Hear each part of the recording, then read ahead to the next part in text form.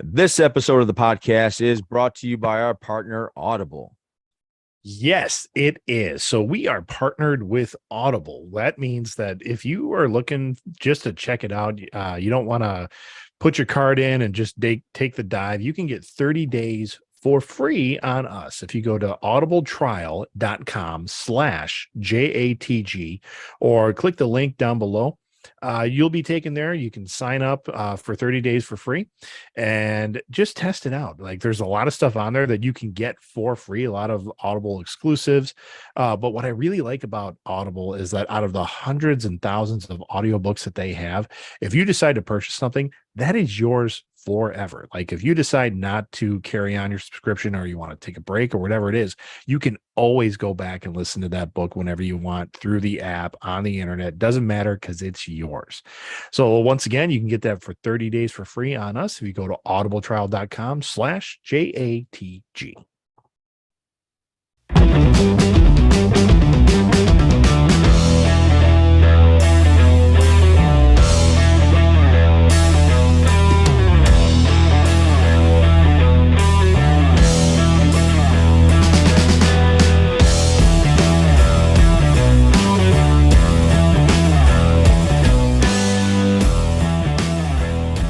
Boom.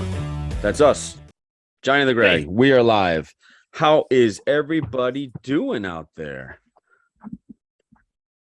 And you, Greg, how are you doing? Yeah, I'm like, I don't think they're going to respond right away. But maybe not right away. Doing good. Doing Yeah.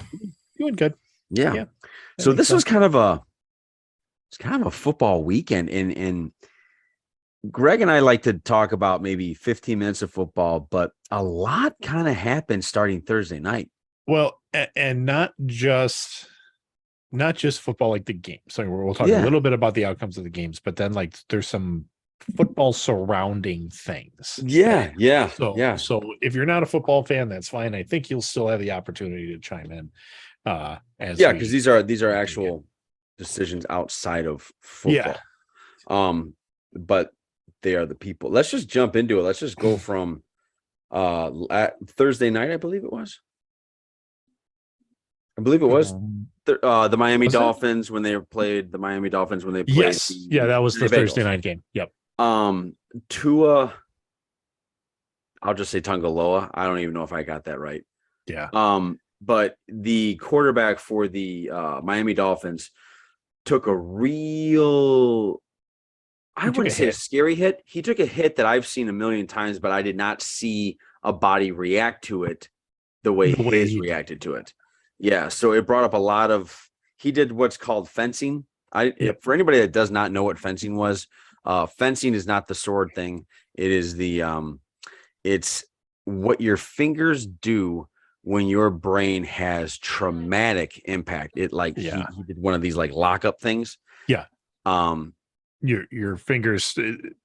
You just start to get this kind of weird finger action. You can. It's almost like, I mean, if you want to think of it, it's almost like a short. It literally that's what it is. It's like literally blowing a fuse. It's not a seizure per se, but fencing can happen during a seizure. Yeah. But he just kind of locked up and he was out. Like he doesn't remember doing this. Like you can watch the video, he has no clue. Yeah.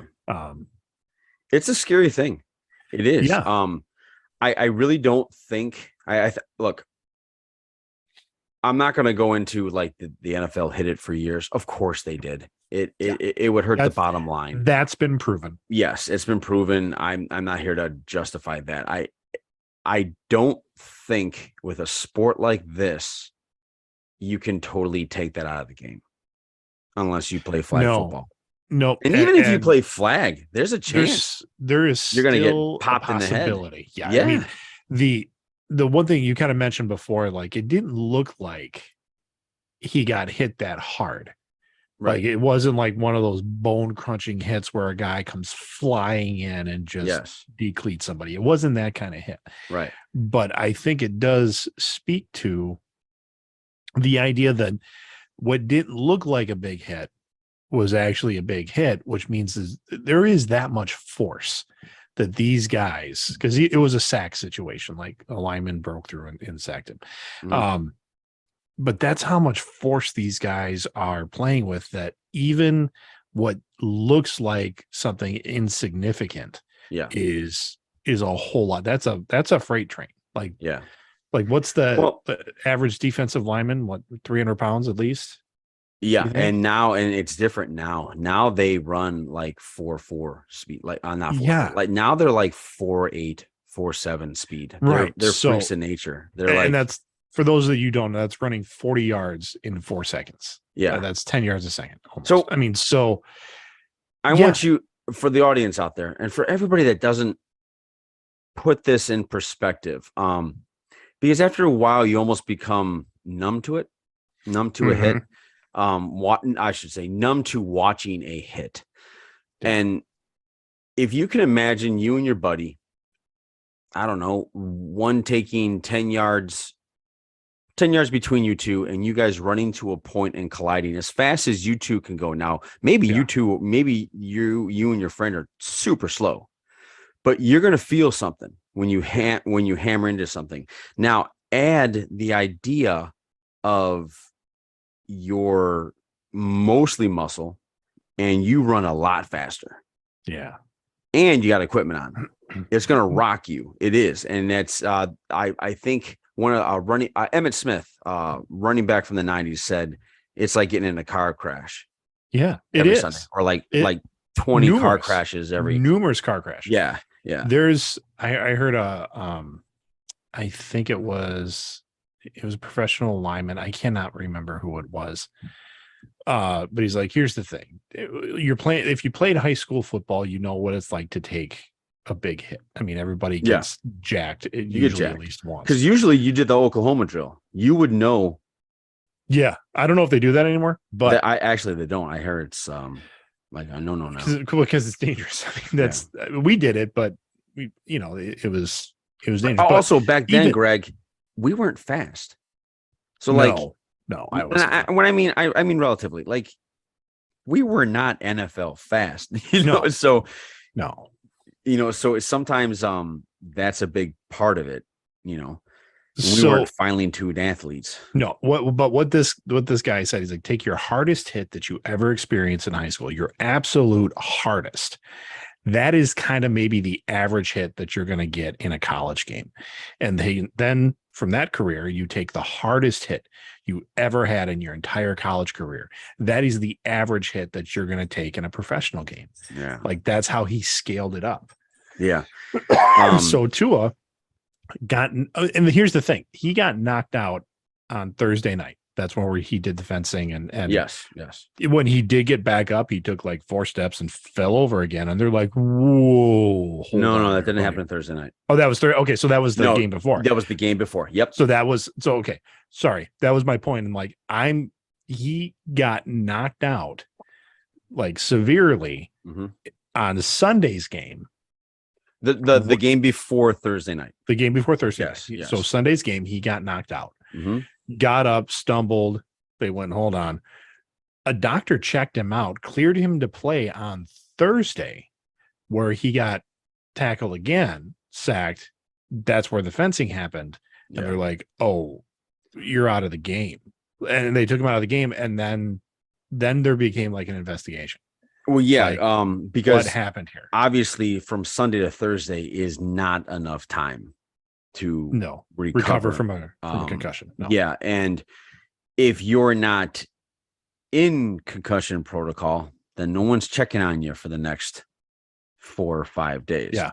Have you ever had a concussion? If I did, I don't know I did. Okay. Like I did once. I don't know. I don't know I did. I don't think I have, to be honest. I don't think I have. For sure. Well, I don't know if it's for sure. I was in concussion protocol once as a kid. They had that back in? Well, yeah, because I was in PE, and me and little Robert Meverton, we just went boom, playing like a game of tag, like blindsided each other. Right. He had a goose egg, like just huge on his forehead when I saw him at the doctor, but I got hit like back here because he was a lot shorter than me.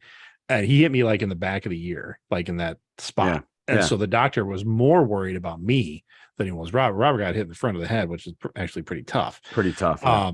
So and we were going on vacation like that weekend. It happened on a Friday.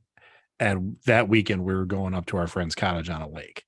So mom takes me to the doctor. Doctor's like, well, here's what you're going to have to do with him. I had to be woken up every 2 hours. Yep. During the night to make sure I could still move my limbs. Yeah.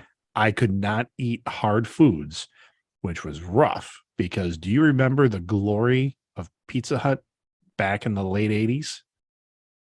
You talking about the stuffed crust pizza? That's not No. Just the fact that you could go to Pizza Hut and get like a personal pan. You were treated like a god because if you read enough, I like out of all that, I don't think that's hard. No. I couldn't go. I couldn't eat hard foods. That was the bonus. I could not eat solid foods. I was on solid foods. Okay. I was on a completely liquid diet for 48 hours because I don't know, something they didn't want me to throw up. Right. So we go to Pizza Hut because we're on a little mini vacay and I can't have any of it. The most I can get is soda. And that was my treat. Oh, that must be a rough 48 hours. It was so for a kid. Hard. That's a really rough. Well, yeah. I mean, we're talking like an upper elementary school kid. It was rough. Yeah, of course. So yeah, and that was the concussion protocol I was under back in the late 80s for a kid. I mean, these guys have professional doctors looking out for them 24/7. Yeah. And the doctor missed it. By the way, that doctor's been fired. Yeah, like, I think he actually missed several things.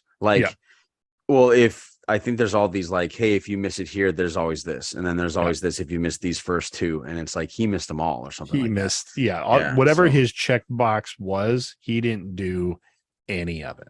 Which begs the question. It really does, because this is professional sports. And if I was a medical professional, the last place I'd want to be is on a professional team. The pressure you have to get to okay a guy, just so someone can be in a game and either win it or, you know what I mean? I've seen a lot of situations where it's like, and I can't imagine back in the 70s, 80s, or 90s when it was like guys smoking on the sidelines. Yeah, can you? No. I mean, the fact where they were like, this is how they used to test for like, how many fingers am I holding up? 4, cool. Just hit the 2 in the middle. And that's what they would tell them, type of stuff. I think my dad was telling me that they would treat it like, dude, you got a headache. That's part of football. Get the fuck back in there. Right. And I think, so basically the whole, like, I wouldn't want to deal with that pressure is what I'm trying to say. So I don't know if somebody from Miami's coaching staff or the higher ups, in general manager. So, did they encourage him to look the other way? Yes. Or I don't know, and maybe they made him a scapegoat, and I don't know. And maybe they just had a doctor that didn't do his job.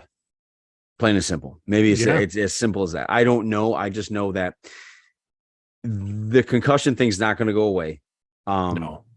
And I'm shocked as of right now, and I talked to you about this Friday. I'm shocked that they don't have some sort of thing that you sign your rookie contract stating that, hey, if anything happens to you because of a concussion, you can't come back on us because now we're going to walk you through an hour an hour little video of the bad things that can happen to you if you get a concussion.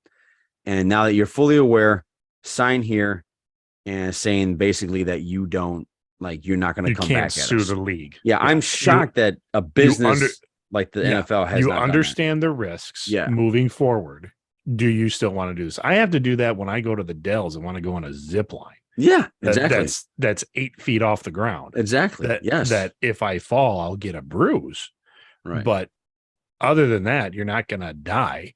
Right. But or you're not going to have the like, I know Jim McMahon, famous quarterback for the Bears in 85. Yeah. He can't find there's moments he gets in the grocery store. I guess he gets in his car at a grocery store. He doesn't know where he's at. He doesn't know how to get home. Yeah. And that's the stuff that would freak me out.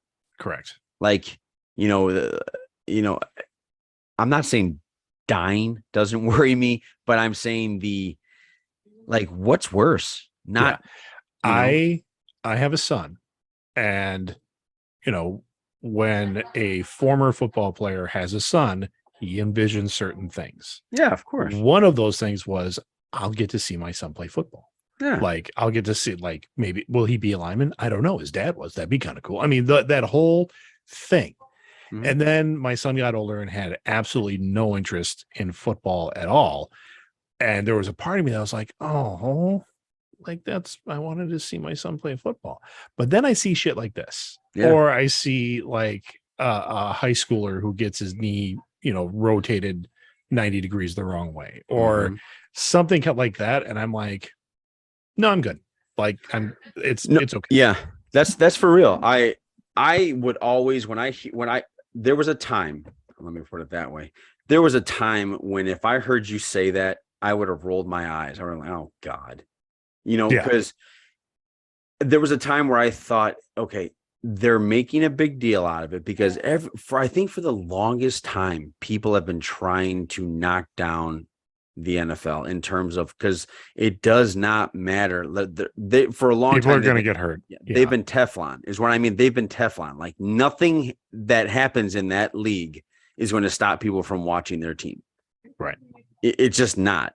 And I think they know that. I think everybody knows that. And the billions that come in just through TV alone will never stop that. But my point is, now that I have a girl, I'm so relieved I don't have to deal with any of that pressure.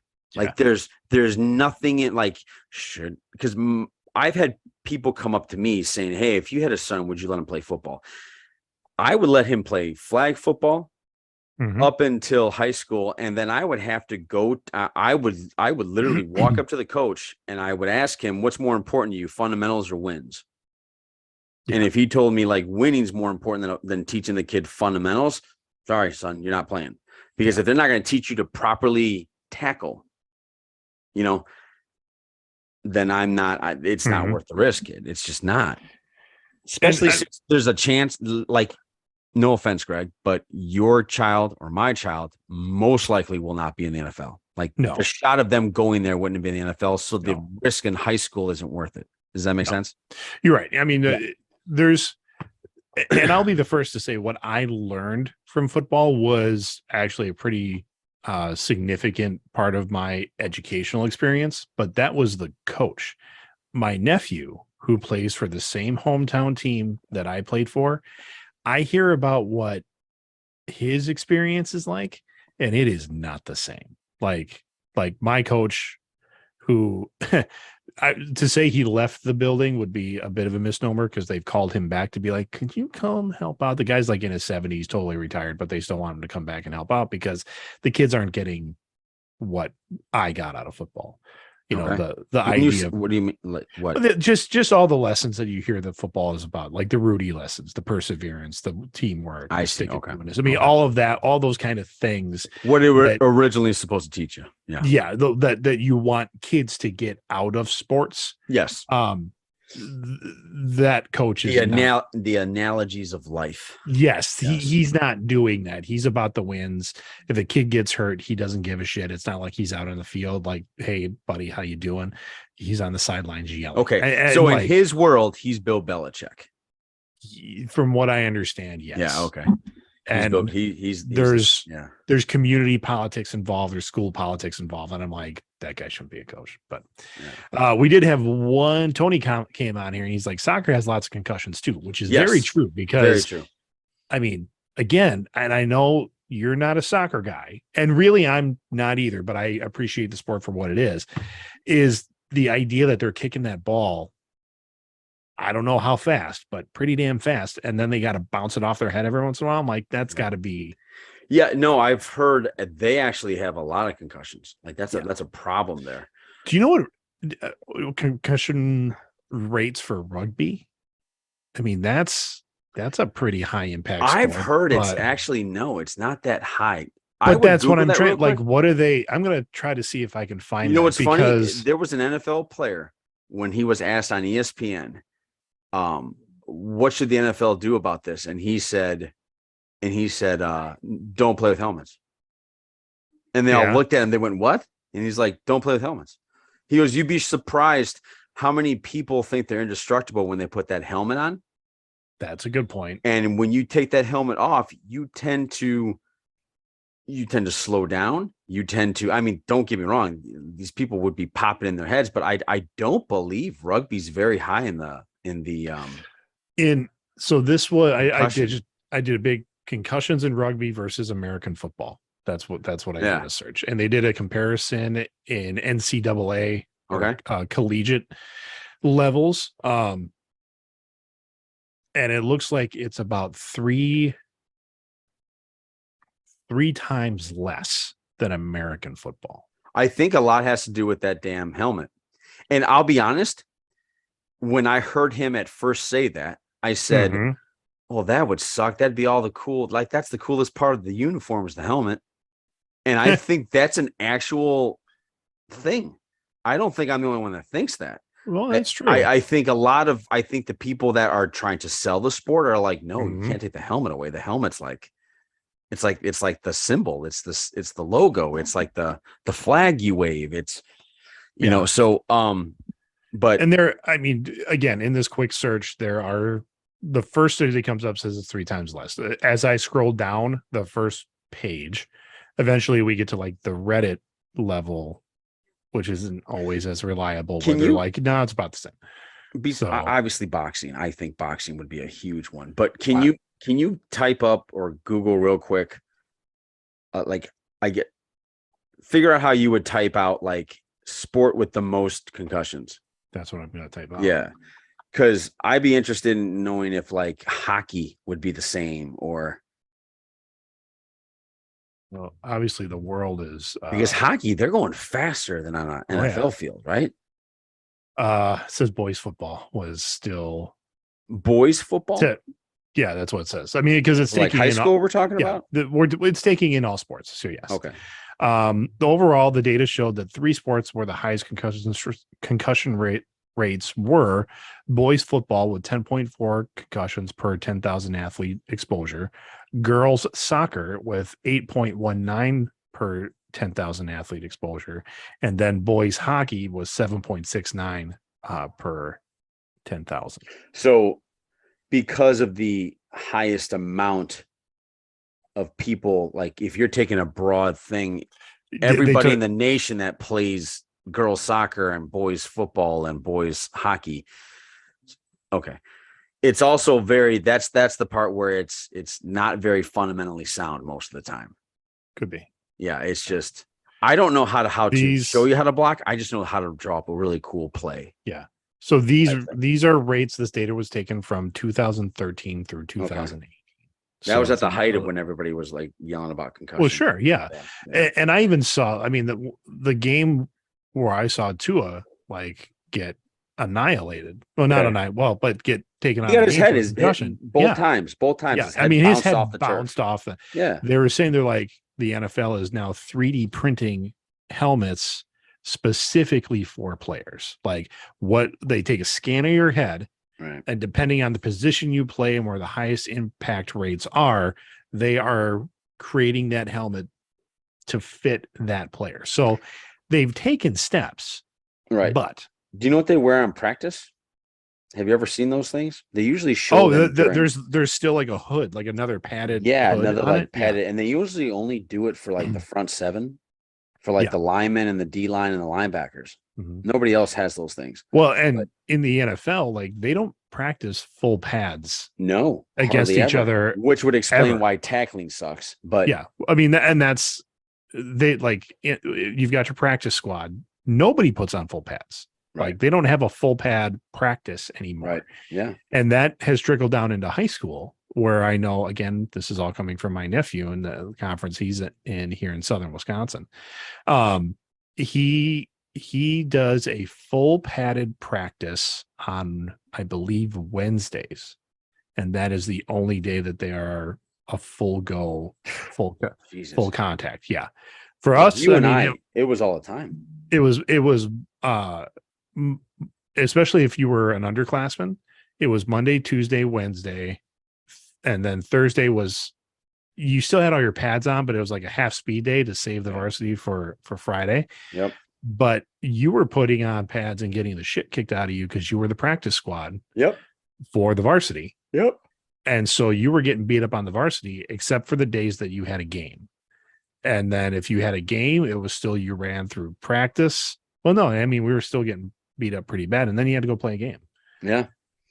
Yeah. Well, I mean, we're getting better, and the sport is getting safer. It is, but It at the is. same Yeah. time, it's it's The the safety measures versus how better, bigger, faster, stronger our players are getting at a professional level.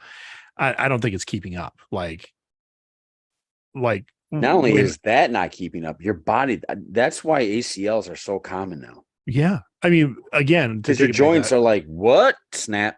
take it back to high school, like if you were squatting 300 pounds in the conference that I was in, you were average. Like that was pretty good. For what? The entire team? What are you talking about? Yeah. Yeah. Like So it you're was telling me the entire team averaged 300-pound squats? on a varsity level. Yeah. Like No shit. if you weren't, well, and that was just I my almost don't believe that. experience. That was my experience. Like there, we had these boards up in the weight room. Yeah. It started at 250. And so if you got on 250, you didn't want to live there too long because everybody else had like 300 is where you could be proud of it. In fact, I knew guys that would just not go on the 250 board and then just get up to the 300 board. No shit. Yeah, it was like, oh, I'm sorry, a cousin Clay, who by the way was a much better football player than I was. He was bigger, faster, stronger than I ever was. We wore the same number though, which is kind of interesting. And now his son wears the same number, which I'm kind of happy about. But Clay is saying by the time Clay is 4 years younger than me. So like I graduated and then he came in as a freshman. For him, it was 400 and bench was 325. And that was the average. So Of the team. So you had defensive backs benching 300 pounds. that was the goal. Yeah. So You seem shocked. I guess yes, maybe because that's first off, I can't imagine. Okay. I watched you squat and it was ugly, horribly ugly. And Well, so I'm assuming you were not taught. And no, the only time I no. think that you have ever taught what a squat is was during these. So I'm picturing these horrible squat forms. Nobody gives a shit about these people's knees as they're like going down and No. coming up. Correct. And that's not only that, I can't fathom that the average. Now, if you're talking about the average lineman, okay, but the average on the football team was 300 pounds. That's what I remembered. That was the goal. So Clay says 400 squatting. Clay says 400 squatting, 325 bench, but the bench was not that high when I was in school. Like when I was there, like if you wanted to be, how did you guys ever lose a game? Because you're talking about Alabama Clemson numbers. When I played, we only lost in playoffs. And we did lose one, like when I was a senior, we lost a couple of games because, well, other reasons. But until I was a senior, we were undefeated for like 5 years. And then after I was done, like my class is the blip, where we lost one preseason game and we lost one, and then we lost one regular season game, and then we lost our playoff game. But like after I was done for like another like 5 to 8 years, they were undefeated in conference games and we're going very far, sometimes to state. And like, you're right. Like the first time I put 300 on a squat bar, which was like you're going to take a shit. Well, it had like the neck thing on it to protect. I put 300 on there.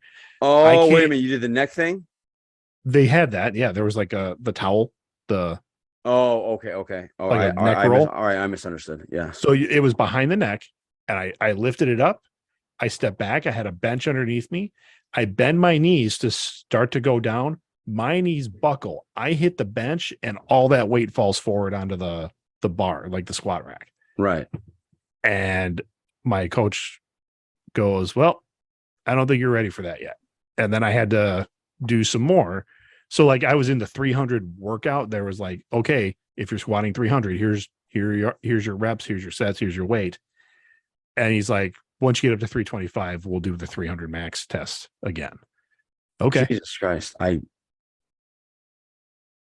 I'm shocked. Yeah. I'm shocked about this. I don't like, okay. So again, I guess what I'm having a hard time with is everybody on the football team averaged 400 pounds. I don't like, listen to what I'm saying to you. So I know quarterback, the running back, I know the what you're place saying. kicker, we were, well, a lot of those were the same people because it was a small school. Did you guys play both ends?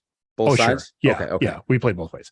But the goal, like in order for us to be like accepted into the football culture, that was what it was. If you were a senior and maybe I'm having a hard time with this because you were only squatting like 225, there was okay. Are we talking ass to grass? No. Or are we talking barely below parallel? Parallel was the goal, but I know guys that didn't go parallel. Okay, because there's the guy, and that's Clay. Here's the other question I have for you: when you guys benched, was it this type of bullshit where you come off and you go, yeah, like that, and like it didn't touch the chest and come up? Some guys did, some guys didn't. I mean, and this is where no one was teaching us form, right? So my point is, for those guys that didn't, did that count? Yes. Okay, well then I understand that then. Okay, all right. But again, it was like I never got. It was like a starter. It's like a roster sheet. Yeah. And like you're always 20 pounds heavier than you really are. Clay says we didn't. It was full touch. So again, there's some years of difference here. How big are you, Clay? Like, is he a big guy? Oh yeah, I'll send you some pictures of Clay. Not a big Wisconsin average guy. I'm talking about is he a big like? Yes. Yeah, I understand. So Clay what you're still saying. does that. Clay still does that.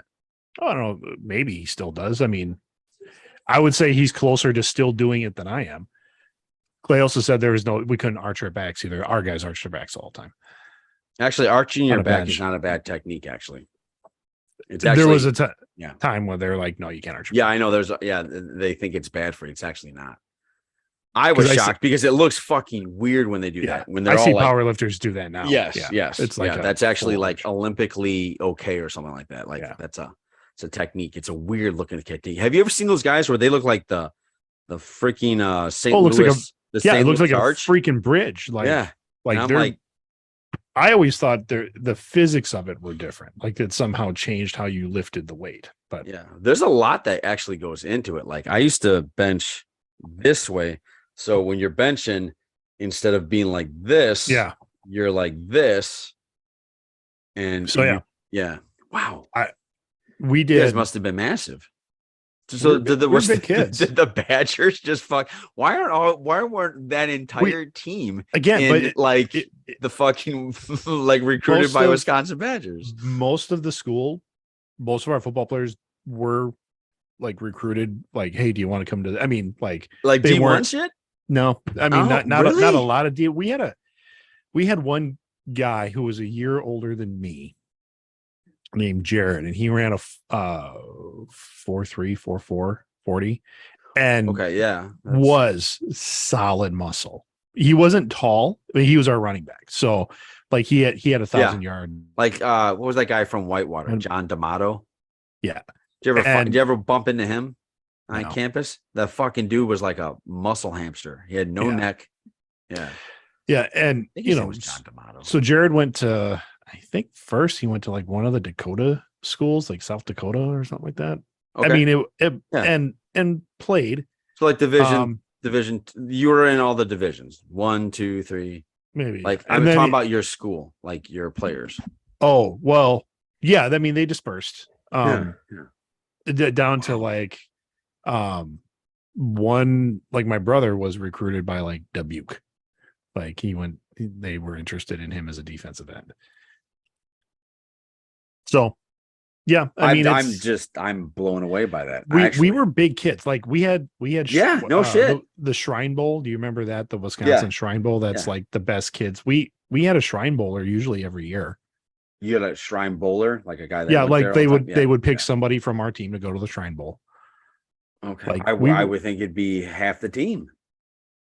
Maybe I'm missing something. Maybe I did have a concussion. I don't remember any of this shit.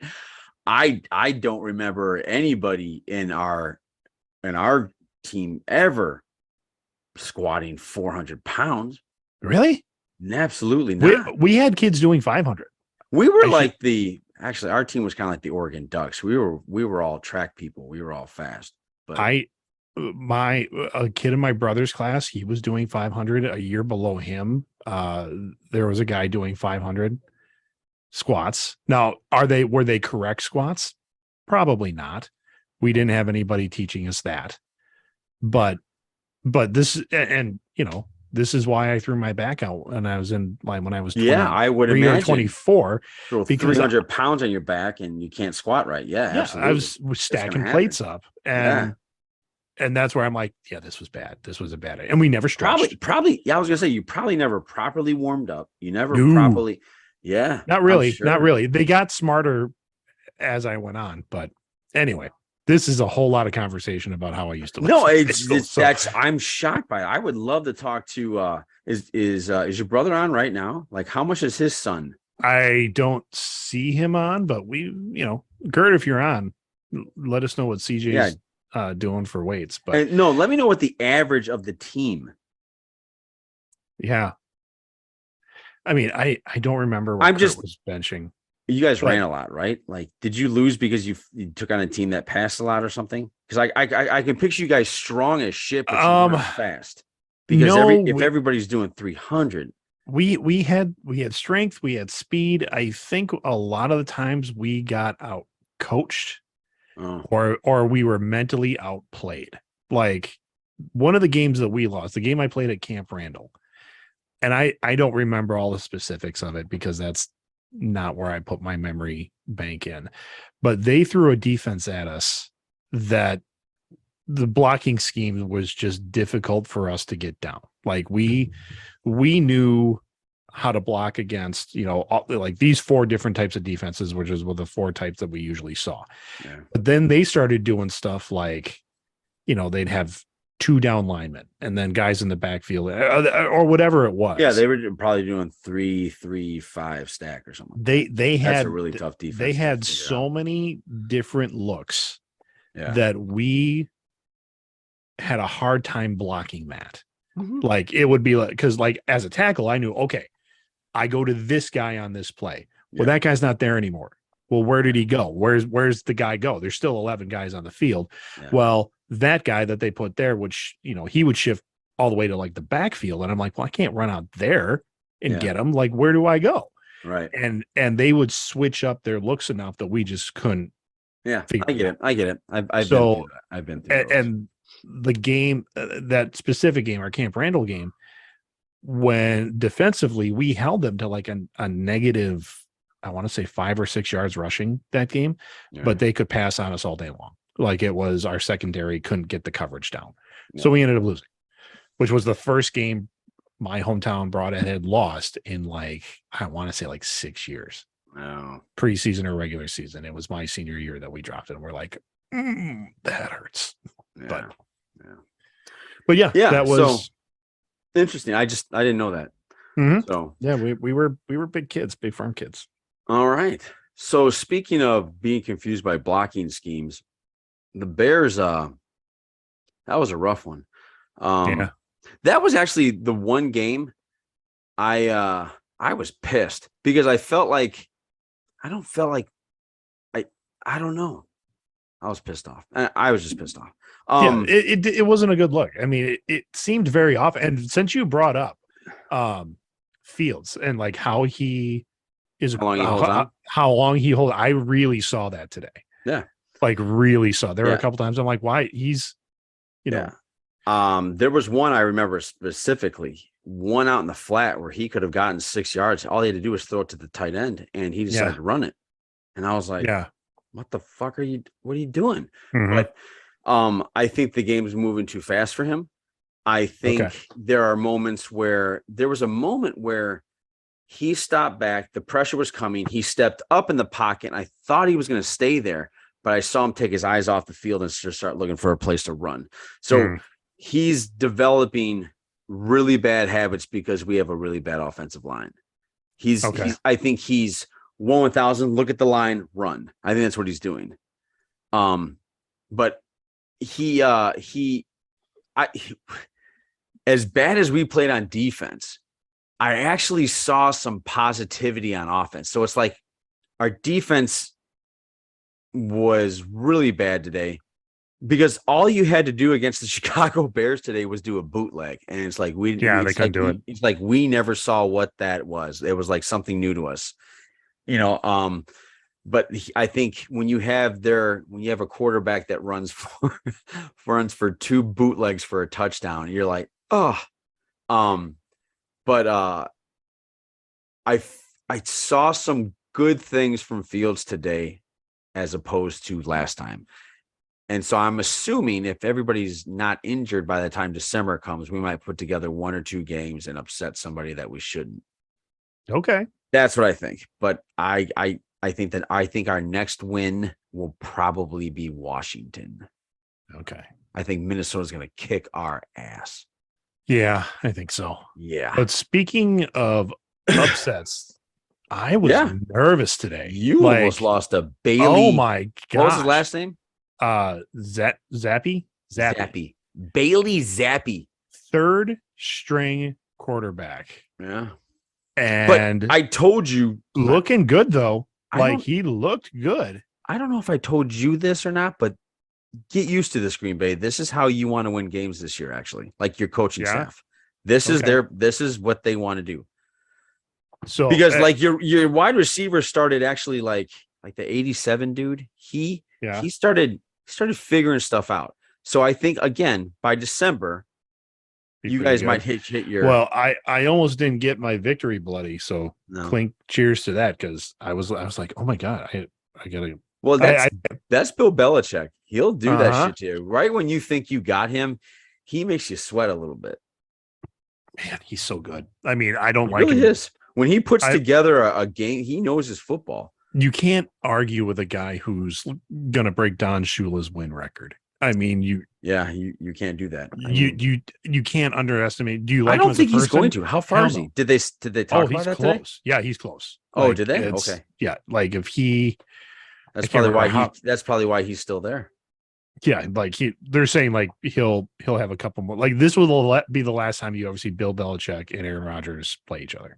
Probably because one of them's going to on their respective teams. Like, yes, of course, yeah. Either they go other places or they just retire. So So they said like that's going to happen. Like Belichick will probably break the Don Shula's record for the winningest coach in the NFL ever.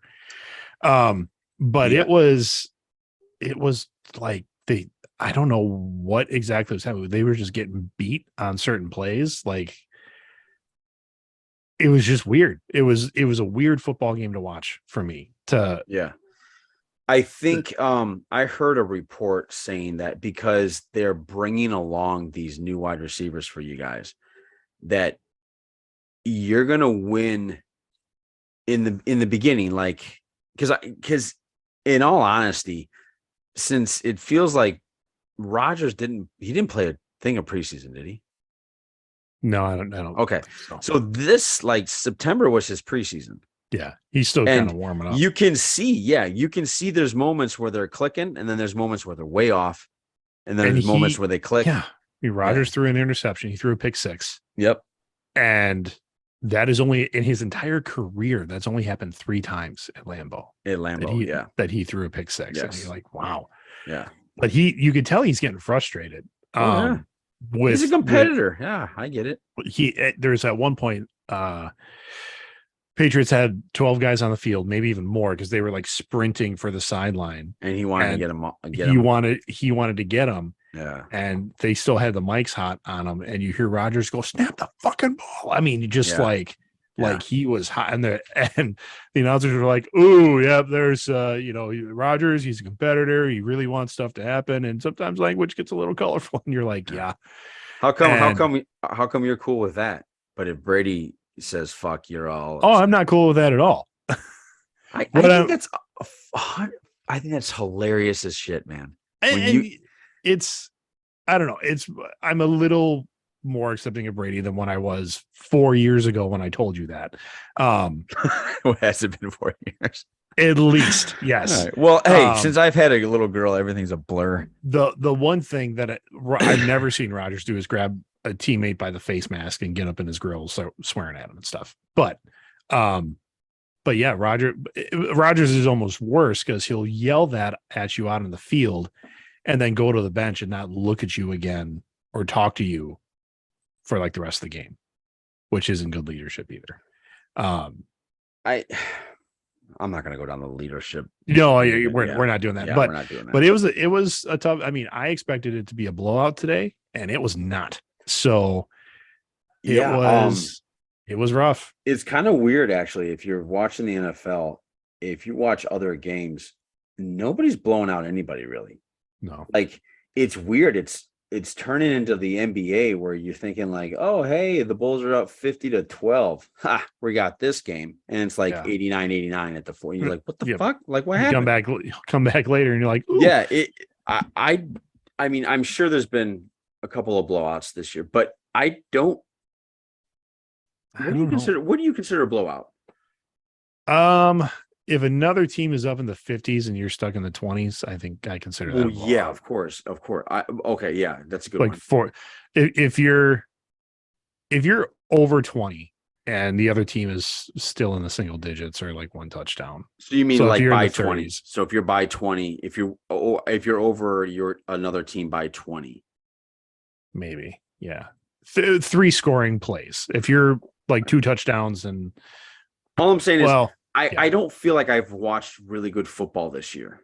Now I am watching the Bears, but I don't feel like you're watching other teams too. I watch other teams, and I'm just not impressed by really anybody. You can anybody can beat any. Actually, the one team that actually does impress me is Philadelphia. Mm-hmm. They look mean. Like they look really physical, really mean, and they have this weird offense that I think is hard to prepare for, but. It's a really weird season. I think that has a lot to do with the way players practice now and injuries and not a lot played during the preseason. And it's different watching this year for sure. Yeah. Wow. We totally went way off of what we were going to talk about. We were going to talk about JJ Watt here for a minute. Yeah. Did you hear about that? I did. I heard him. I heard he released a press. Tried to get ahead of somebody that he knew was going to drop it. It was a tweet. He tweeted about it. So it wasn't even like a full press release. Well, that's how everybody gets. Yeah. So this week in practice, he went into AFib. If you don't know what AFib is, that is your heart goes into an irregular rhythm. Can be fatal. Mostly it just really kind of makes you feel off, and they can fix it pretty quick. But he had to be shocked into a regular rhythm. Now, if I've ever seen a specimen of a human being, JJ Watt would be in that category. You know, he's very physically fit, like one of the, I think, most well-defined football players I've ever seen, maybe. Maybe that's a bit much. But for the line, yes. Yeah. So he's in great shape. He's a professional athlete. And Tony just popped in. If you're an AFib, you got a 5 times greater chance of a stroke. So it's dangerous.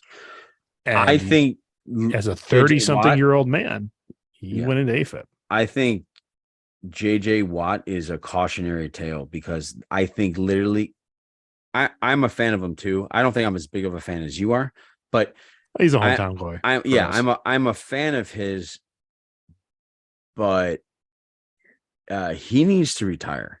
And he Yes. he needed to retire maybe 2 years ago. Yep. I think he's going to be one of these guys that is going to be carried out on his shield. Like You that's think? how, yes, he's one of these guys. Same as Brady. Brady doesn't care if he gets divorced.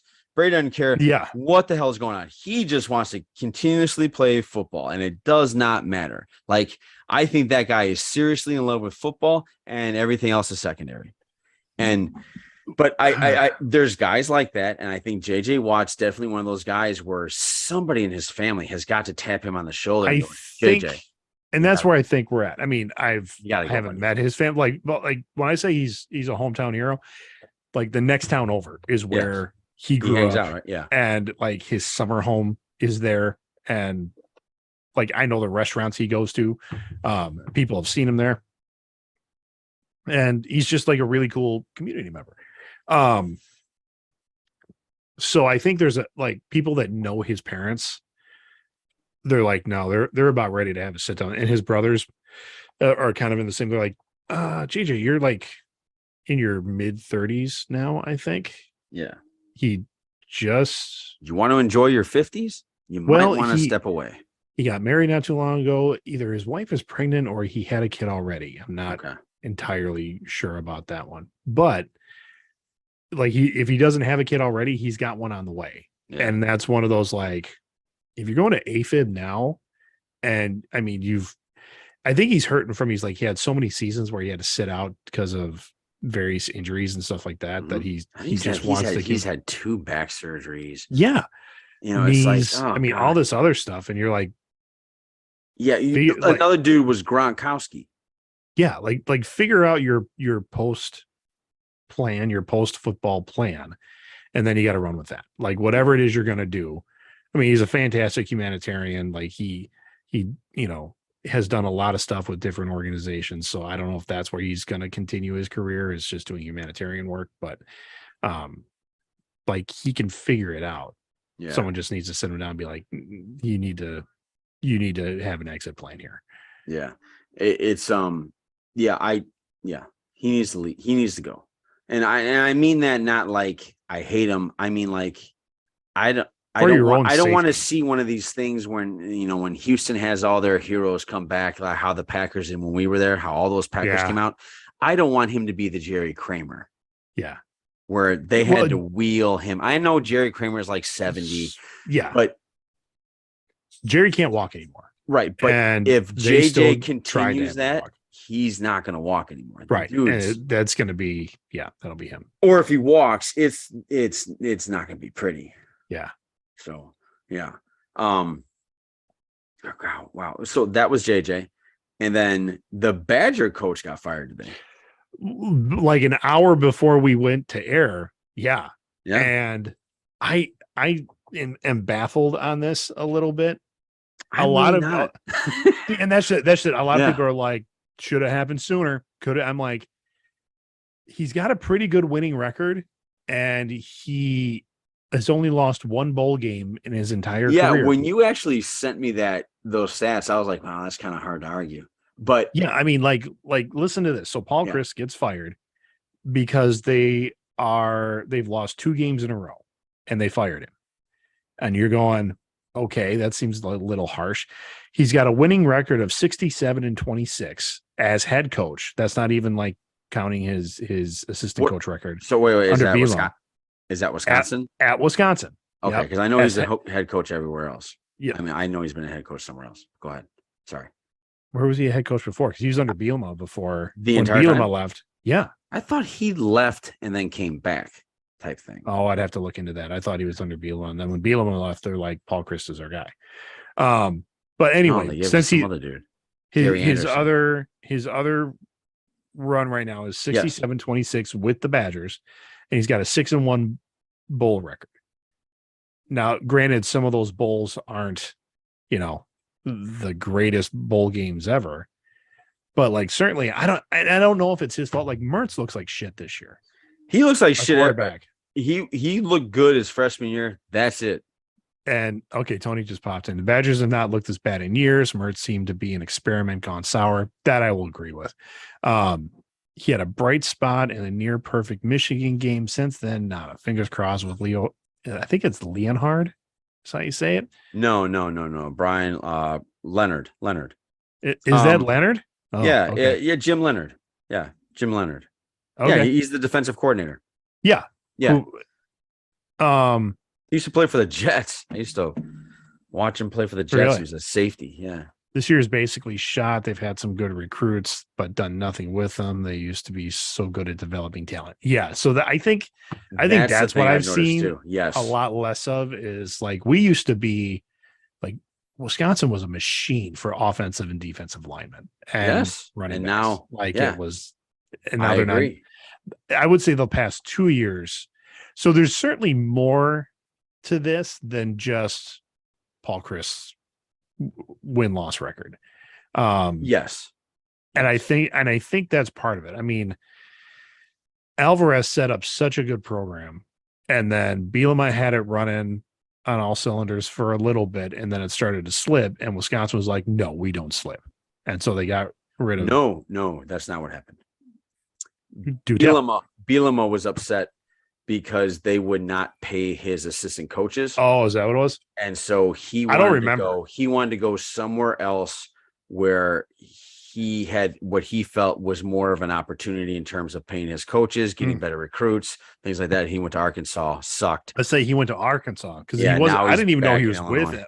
I didn't know he was with Illinois until game day. I'm like, oh, he came back to Illinois. I think he went to the Patriots as like a run game coordinator for like a hot minute. Because I will say, like, Bielema doesn't look good. Like he's another guy. It's like maybe you want to consult some people about your health. SOTA weight loss. SOTA. That's why I keep hearing about it on all the commercials around this place. What's SOTA? It's called SOTA weight loss. I don't know. Oh, okay. I'll have to Google that later. So they have a press release. I'm trying to find it because it came out already, and it's what you would expect a press release to read. Like, we sat down with Coach Chris, and for the good of the program, we've all decided like it's best for him to move on, kind of thing. So I don't know. I think it's going to be definitely a hot topic on sports radio tomorrow. Yeah, I'm actually a little bit excited, not for this year, but like what if they get a really good guy, like a really, like, I want to see. Look, I'm a big fan of the offensive line and defensive line in Wisconsin football, what Barry Alvarez had, but we need a little bit more down the field. Yeah, we need a little bit more. We're kind of like the Bears. It's like the Bears right now. They can't like get the ball down the field.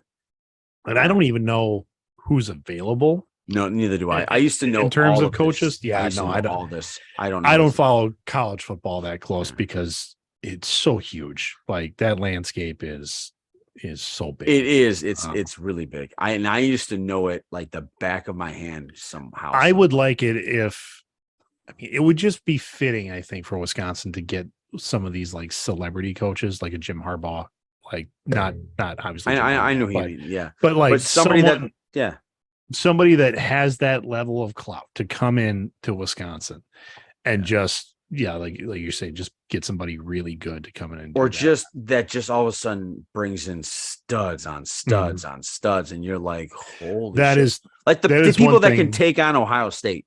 Yeah, that was one of the things that I did read is like Chris recruiting classes have been so weak. Yeah, they're very bad actually. And that's where they're like, we don't know what program he's trying to build because his recruiting classes have been not great. Yeah. And that is one of those, I think, underlying things that I don't track enough. Right. Because I just, I look and see on signing day, oh, look, they got a guy from Nebraska. Great. Yeah. I mean, I'm not following who that kid is or what he does. Well, not only that, it's kind of still like the draft. It's like, okay, he's 5-star. Like, wasn't Mertz supposed to be this fantastic? Mertz was supposed to be, like, he was how the hell did he go to Wisconsin type? Like, wow, we got a quarterback that, and then all of a sudden it's like, this guy's. Yeah. Well, and it was one of those things. It's like he showed greatness. Yeah. At first, and we're like, whoa, what did we get? This is fantastic. And now we're like, by the time he's a junior. Yeah. What's he doing?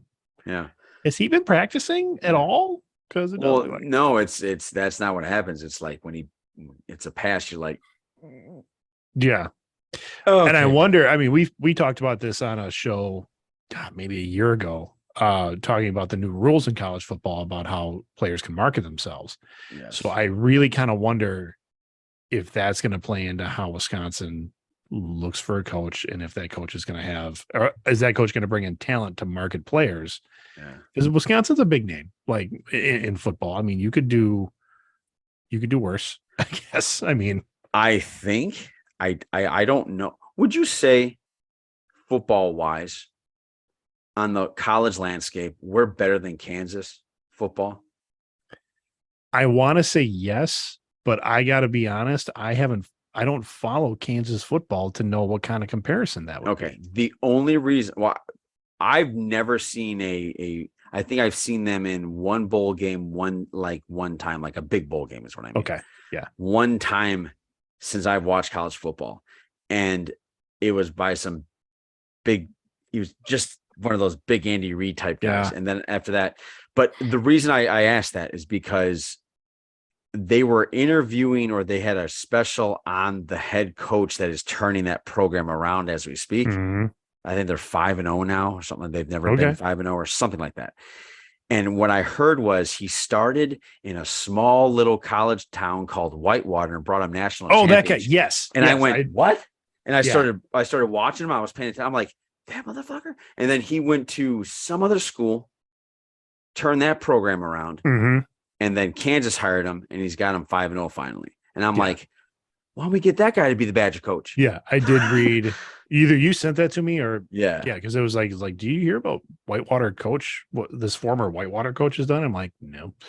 Actually, I didn't send it to you. That had to be somebody else. But that's something. Yeah. What's his name? Does anybody know who that guy I'm talking about in Kansas Jayhawks football head coach? He's their head coach, right? Yeah. So I'm looking for replacements for who's ever still listening to us. What are some replacements you guys want? And don't give me Urban Meyer. Lance Leopold. Okay, yeah. He's one of the top he's one of the top people that Wisconsin, I guess, is going for. Oh, really? Yes. That would be interesting. They're going for Lance Leopold. There's his name. Jim Leonard. Lance Leopold. Yep, the Kansas coach. Dave Aranda, the Baylor coach. Daryl Bevel, the Dolphins passing game coordinator. I don't think you want that dude. Dave Clawson, Wake Forest. He actually has them averaging 40 points a game. Wow. Bill O'Brien, Alabama offensive coordinator. You do not want Bill O'Brien. You don't want that guy. Matt Campbell from Iowa State. That's a guy I like. Okay. Man, I like Matt Campbell. So Leon Leopold. Yeah, who was, by the way, educated at Whitewater as well. Went to Jefferson High School. What's his record at Whitewater? What did he do? Like the football coach? I'd have to look. Right now, his overall record is 153-49. Oh shit, he's been 153-49. That's his overall record. Overall record as a head coach, right? Yeah, he's 58. That's really good. What's his damn name? Lion Leopold. Lance Leopold. Lance Leopold. That's the guy I want. What say you out there, world? I'm sure there's a lot of people that aren't in Wisconsin that are listening to us right now going, dude, when are you guys going to talk about like Marvel? We're probably not, guys. We're probably. Can we please talk about Marvel again? His Whitewater record was looks like 106 or 109-6. 109-6. Yeah. Whoo. When did he start? Right when we left? A little bit after. He started in Whitewater 2007. So they were already a good, because they got good like 2 years after we graduated. And then he came in probably when that coach Kent or whatever his name was moved on. Perkins. Okay. After Perkins moved on, I think Leopold must have came in. Okay. So he went to then the University of Buffalo. Yep.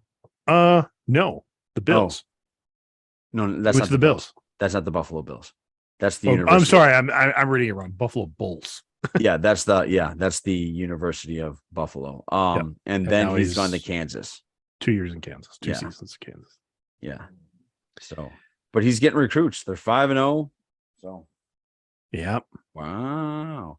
So in big college football, he's been there for 8 years. He has a 44-43 record, so it's not that good. But he has look at the programs he's put together. That's what's impressive. So, and I guess he's a Wisconsin guy, right? Did he come from Wisconsin Badger football, or he's always been a Whitewater guy? Who? Lance Leopold, the guy was so I'm reading comments as well. He went to Whitewater, yeah. So I don't know if he played there. Tony's saying it's probably going to go to Leonard or Leonard. Sorry, Leonard. He's probably going to go to Leonard. That. He's saying he's actually a bigger name than we're giving him credit for. Jim Leonard. Yeah, Jimmy Leonard. Former UW Whitewater Mountain Union Division National Division champion. Yes, Clay, I did see that particular clip you're talking about. Clay brought up a different topic, so I'll tell you, we'll get to that in a second. But yeah, Jimmy Leonard sounds like he could be a favorite. I mean, he's definitely in the running, so because he's going to be there. Well, he's the interim right now, so if he turns it around and they like finish out the season strong, then he'll probably maybe. So probably. What Clay is talking about is so Clay's an avid fisherman. Like I think he does tournaments and stuff like that. So big news in the fishing world. Clay? You said Clay? Yeah, my cousin Clay. Yeah. The 400-pound. Yeah. Well, he's not 400 pounds. Does he carry the boat and just drop it in the lake, or does he? He could. I think actually he just like slaps the water and the fish just jump right out. Just jump right in. From the force of the slap. So fishing world, these two guys, I don't know their names. Clay, you can pop them up there if you know them. Two guys that are like celebrities in the fishing world. And they were at a tournament, and they go like, tournament is you take all your fish, you weigh them in, whoever's got the most weight wins the tournament. I don't know if they like gutted their fish. It kind of looked like they did. And then they found a bunch of fishing weights that they had stuffed down the fish's throat. So these guys are fucking cheaters. And like all these other fishermen were like ready to lynch these guys. Yes. It's because I mean, there's big prize money in those kind of tournaments. I mean, well, no, it's if those are two pretty famous ones, the question remains like how long you've been doing that. Exactly. I mean, these are guys that have sponsorships, corporate sponsorships. You know, they got all the patches on their shirts and their boats. They probably haven't paid for a fishing lure or gear in decades. Yes. And now they're cheaters. So it's an interesting that you can look it up on YouTube, where you just look up fishing cheaters, and it's probably one of the first fishing cheaters. Yeah. Your favorite fishermancheats2.com. Yeah. Jacob Runyon and Chase Kaminsky are their names, and forever known in the fishing world as Mud. Wow. Hey, man, in my opinion, any sport gets ruined when money's involved. Let's see. Because people they'll do whatever, they'll find any edge they can. Yeah. And there's plenty of money in college sports too. So it's not like you. Oh yeah, no. I'm not saying like, hey, look, dude. I know people that used to say, well, I only watch college sports because the money isn't there. I'm like, oh yes. Oh yeah, it is. That's almost slave labor. Yeah. If anything. Yeah. But yeah, I think we're good. Yeah, we have done a full sports show. Sorry to the fans that are wanting the nerd stuff. We'll get to that next week, maybe. Yeah, I promise you guys, because I was really impressed by Ring of Power. The last episode, yeah, that was good. Oh, that was so good. Really, I was like, it was funny too. Because I was telling my wife before we watched, I'm like, I hope something happens. Yeah, so I feel like it's been a lot of setup. And as it was happening, I went, yeah. I know. Oh my God, I know what that is. Oh, this is happening. And my kids were like, what's happening? And I had to explain it to them. And my wife goes, oh my God, they killed everyone. I'm like, honey, no, she's not dead. She goes, She goes, yeah, honey. She just got enveloped by the fire. I'm like, she's in all of the Lord of the Rings. She's not dead. Yeah. So will Isildur, because he's yes. the one who breaks the story. But all right. Let us sign us out, Greg. Yeah, lots of stuff going around this week. Of course, it's an election year. So you got to remember, as you're out there talking to people, there's lots of different opinions. And the best way to talk to somebody is to don't be a douche. Bingo. For the Greg, this is Johnny saying, don't put weights in a dead fish. Not worth it. See you guys later. Podcast out. Take care. Enjoy your week. Bye-bye.